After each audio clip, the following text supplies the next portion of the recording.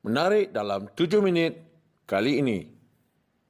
Jumlah kebangan jiwa yang melanda negara ketika itu adalah bersamaan dengan 1% daripada jumlah populasi penduduk.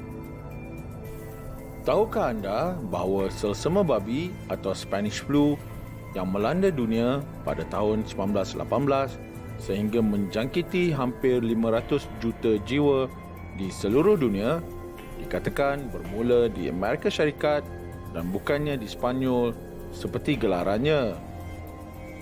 Sama seperti virus Nipah yang melanda negara suatu ketika dulu, ianya bermula daripada babi yang dijangkiti di sebuah bandar kecil di Amerika Syarikat yang kemudiannya menjangkiti manusia.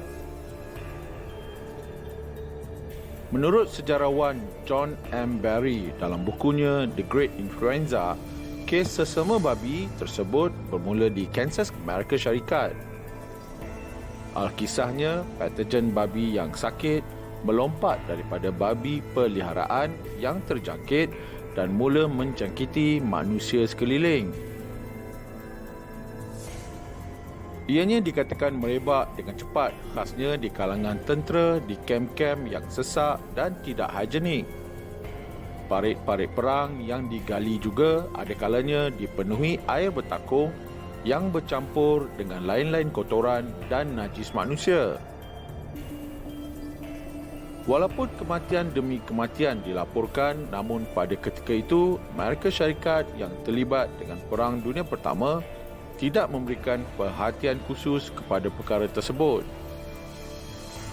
Masakan kes selsema jauh di pendalaman mampu merebak keluar. Malah mereka lebih risaukan wabak cacar yang juga sedang menguak.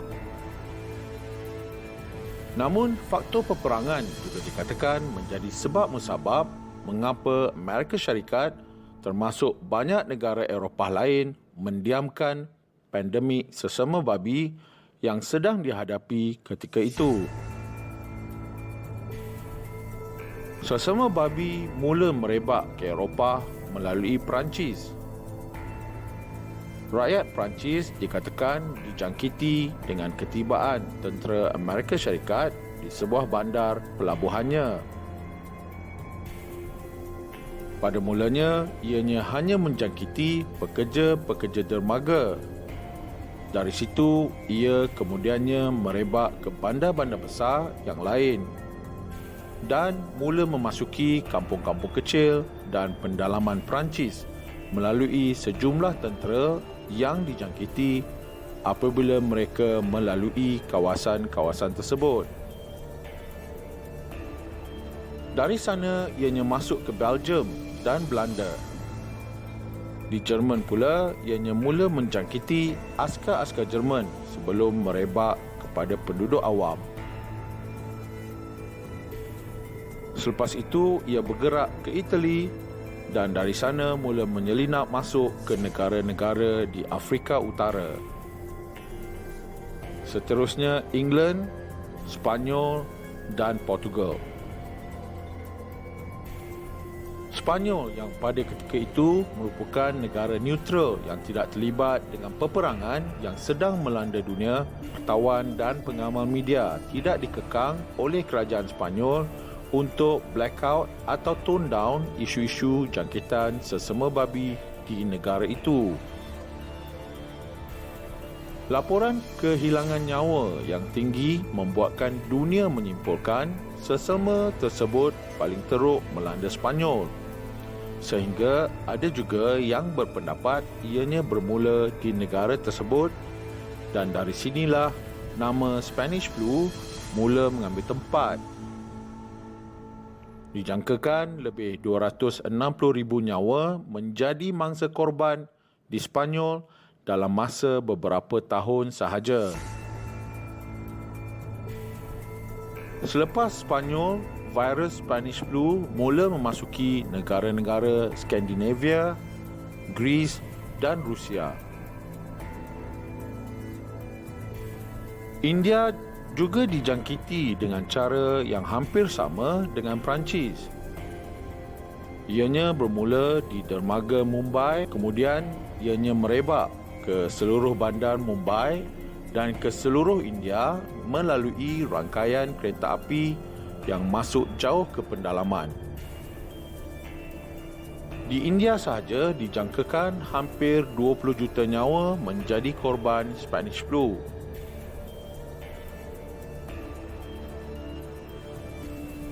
Spanish flu kemudian mula menyebar ke bahagian lain di Asia.